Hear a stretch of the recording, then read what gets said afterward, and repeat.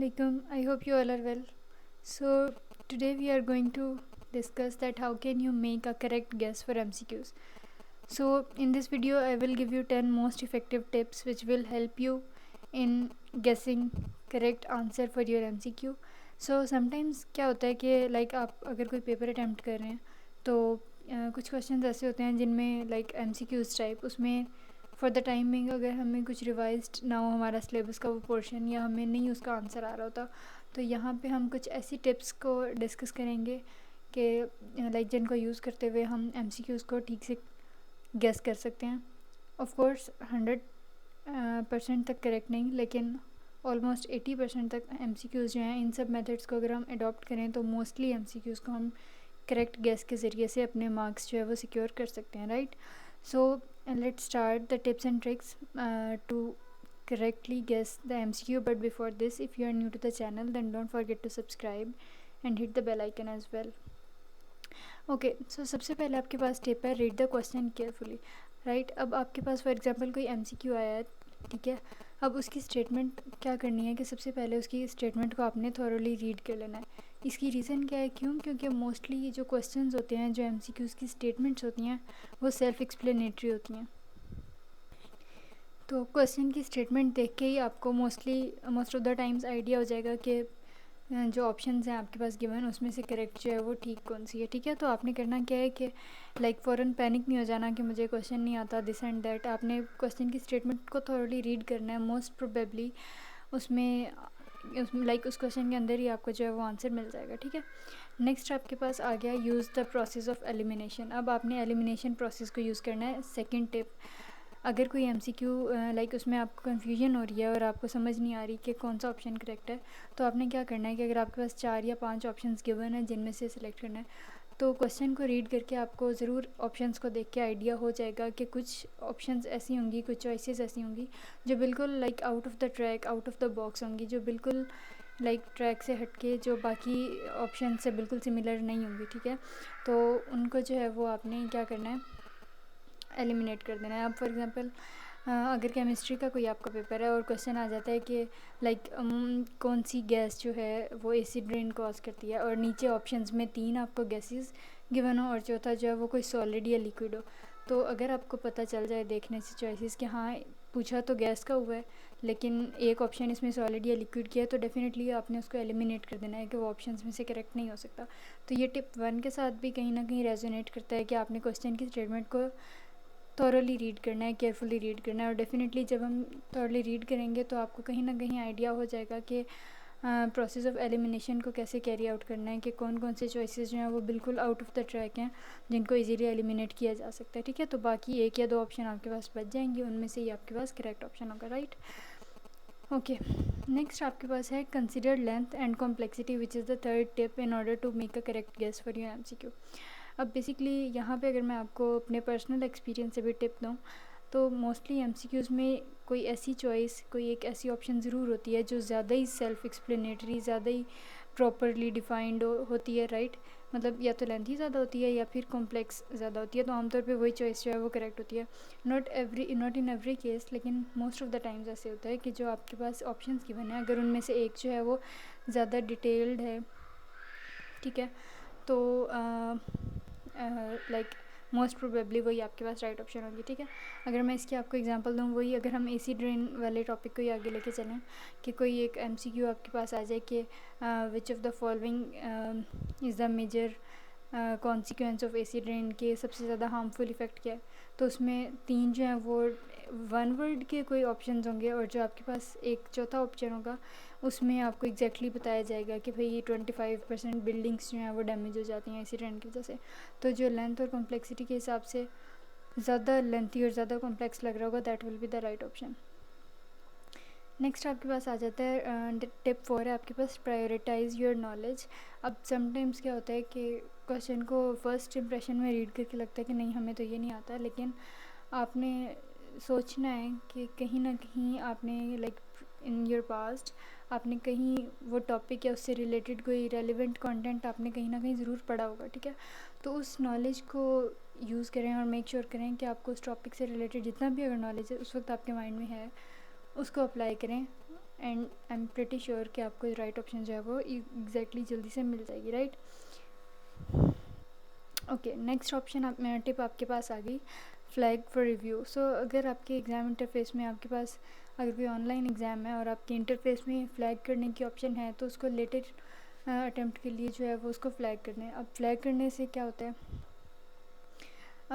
Sometimes क्या होता है कि एक एमसीक्यू अगर आपने स्किप कर दिया सब्जेक्टिव पार्ट में, उसी से रेलेवेंट या एग्जैक्ट आपको हिंट मिल जाता है, एग्जैक्ट आपको क्लू मिल जाता है, या फिर उससे रेलेवेंट कहीं ना कहीं आपको आइडिया हो जाता है, ठीक है। तो आपने उस क्वेश्चन को उस वक्त एमसीक्यू को छोड़ देना है और बाद में पूरा सब्जेक्टिव पेपर अटैम्प्ट कर लेना है, if you have the option. अगर ऑब्जेक्टिव आपसे पहले कलेक्ट कर लेनी है तो डेफिनेटली उस वक्त अटैम्प्ट करना ज़रूरी है, लेकिन अगर आपके पास वापस एमसीक्यूज़ पे जाने की ऑप्शन है तो आई विल सजेस्ट कि पहले आप पूरा अपना सब्जेक्टिव अटैम्प्ट कर लें और फिर उसके बाद जो है वो उस एमसीक्यू की तरफ आएँ जो कंफ्यूज कर रहा है, ठीक है। अच्छा, अब नेक्स्ट आपके पास है tip 6, that is use your gut instinct that's your first impression. अच्छा, वो फेमस कोट है, your first impression is the last impression. तो उसी को यहाँ पे अगर हम फिट करें तो समटाइम्स क्या होता है कि अगर आपने एमसीक्यू की कोई स्टेटमेंट रीड की है और फर्स्ट इंप्रेशन में लाइक देखते साथ ही हमें आइडिया हो जाता है या कहीं से हमें गट फीलिंग आ रही होती है कि हाँ ये ऑप्शन जो है वो करेक्ट लग रहा है, तो अगर आपने वो फर्स्ट अटैम्प्ट में फर्स्ट व्यू में अगर आपने गेस कर लिया है या आपकी गट फीलिंग गट वाइब्स कह रही हैं कि हाँ यही है, तो you can go for that option, right. Next आपके पास आ गया मेक एन एजुकेटेड गेस। अच्छा, अब यहाँ पे मैं आपको थोड़ा सा बताते चलूँ, रैंडम गेस और एजुकेटेड गेस। अब समटाइम्स क्या है, अगर आपका कोई पेपर है जिसमें फॉर सपोज आपने 50 एमसीक्यूज़ अटैम्प्ट करने हैं, ठीक है। अब फॉर एग्जांपल फर्स्ट 30 एमसीक्यूज़ आपने बहुत गौर से बहुत थॉरली रीड करके और कहीं अपना लाइक प्रीवियस नॉलेज लगा के बहुत अच्छे से गेस करके और सारा समझ के अटैम्प्ट कर लिया, राइट।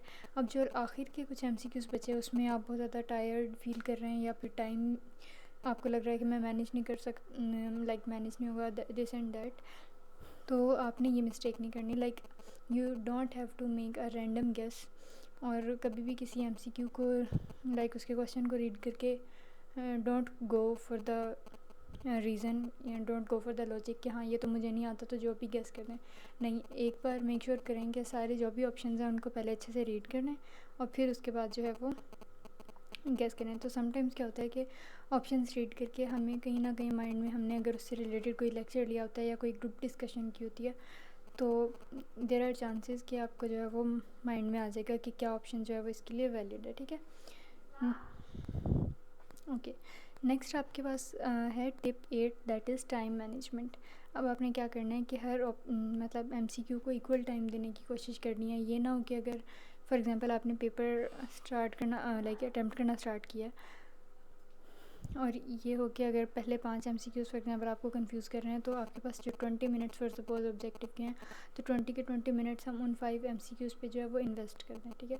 तो जो एमसीक्यूज़ आपको फ़ौरन से आते हैं लाइक जिसमें गेस करने की या जिनको अटैम्प्ट करने के लिए बहुत ज़्यादा सोचने की ज़रूरत नहीं है, जो आपको पहले से यकीन है कि हाँ यही वाले मेरे ठीक हैं, तो उनको जल्दी जल्दी अटैम्प्ट कर लें ताकि जिनमें आपने गेस करना है या जो आपने सोच के सॉल्व करके अटैम्प्ट करने हैं उनके लिए जो है वो आपके पास टाइम बच जाए, ठीक है। नेक्स्ट आपके पास आगे अवॉइड सेकंड गेसेस। देखें अब लाइक अगर आपने कोई लाइक रैंडम गेस नहीं किया, कोई आपने एजुकेटेड गेस कर लिया या फिर आपकी गट इंस्टिंक्ट ने गट फीलिंग ने कह दिया कि ये वाला ठीक है, या फिर आपने एलिमिनेशन प्रोसेस को यूज़ कर लिया, तो एक बार जो आपने गेस डिसाइड कर लिया कि ये ऑप्शन मैंने सेलेक्ट करना है, देन क्या करना है कि आपने बार बार लाइक ये नहीं सोचना कि मैं एक बार फिर से गेस कर लूँ ये वो, क्यों, क्योंकि गेस जो है वो लाइक एक ही बार होता है। आपने एक ऑप्शन फॉर सपोज ए आपने सेलेक्ट कर लिया, फिर थोड़ी देर बाद आपको लगे कि नहीं शायद ये मैंने ठीक से सेलेक्ट नहीं किया, मैं बी कर लूँ सी कर लूँ, नहीं, जो एक बार आपने डिसाइड कर लिया वो जो है उस ऑप्शन के लिए गो फॉर दैट, और सेकंड गेसेस जो हैं वो बार बार ना करें, इनसे अवॉइड करें। अच्छा जी, नेक्स्ट जो लास्ट आपके पास टिप है which according to me is the most important tip is to look for the context clues in the question statement. अब ये कहीं ना कहीं फ़र्स्ट और सेकंड जो हमारे पास टिप्स हैं उनसे रेजोनेट कर रहा है। अब मोस्टली क्या होता है कि जो आपका लाइक क्वेश्चन स्टेटमेंट है ना उसी में फॉर सपोज आपको most of the times hint मिल जाती है। जैसे अगर कोई वर्ल्ड वॉर का एमसीक्यू है तो उसमें अगर कोई लाइक आपसे एराज पूछे गए हैं, कोई ईयर्स पूछे गए हैं और बात जो है वो किसी आखिर वाले की हो रही है, लाइक जो उस डेट में फॉल ही नहीं कर रहा, उस ईयर्स में फॉल ही नहीं कर रहा, तो आपने उनको एलिमिनेट कर देना है। या फिर अगर क्वेश्चन में वो आपसे कोई मोस्ट इम्पॉर्टेंट या लीस्ट इम्पॉर्टेंट फैक्टर पूछ रहा है तो ऑप्शंस आप रीड करें तो आपको कहीं ना कहीं आइडिया हो जाएगा। तो कहने का मकसद है कि वही क्वेश्चन की जो स्टेटमेंट है उसको थॉरली रीड करना है और उसमें कोई ना कोई ऐसे कीवर्ड्स ढूंढने हैं जिनसे आपको इजीली लाइक आइडिया मिल सके कि आपके पास कौन सा ऑप्शन जो है वो करेक्ट होगा। सो कोई भी ऐसी टिप या ट्रिक ऐसी नहीं होती जिससे हम 110% श्योर हों कि हाँ हम MCQs को जो है वो हमने 100% अपने मार्क्स जो है वो सिक्योर कर लिए हैं। बट हम इन अगर 10 टिप्स को फॉलो करें तो मैक्सिमम जो MCQs हैं वो ठीक से हम गेस कर सकते हैं, गलत उनको अटैम्प्ट करने के बजाय। ठीक है, so that was all about today. इसमें अगर कोई भी question or you can always drop a comment, and if you are new to the channel then don't forget to subscribe and hit the bell icon as well. Till then, khuda hafiz.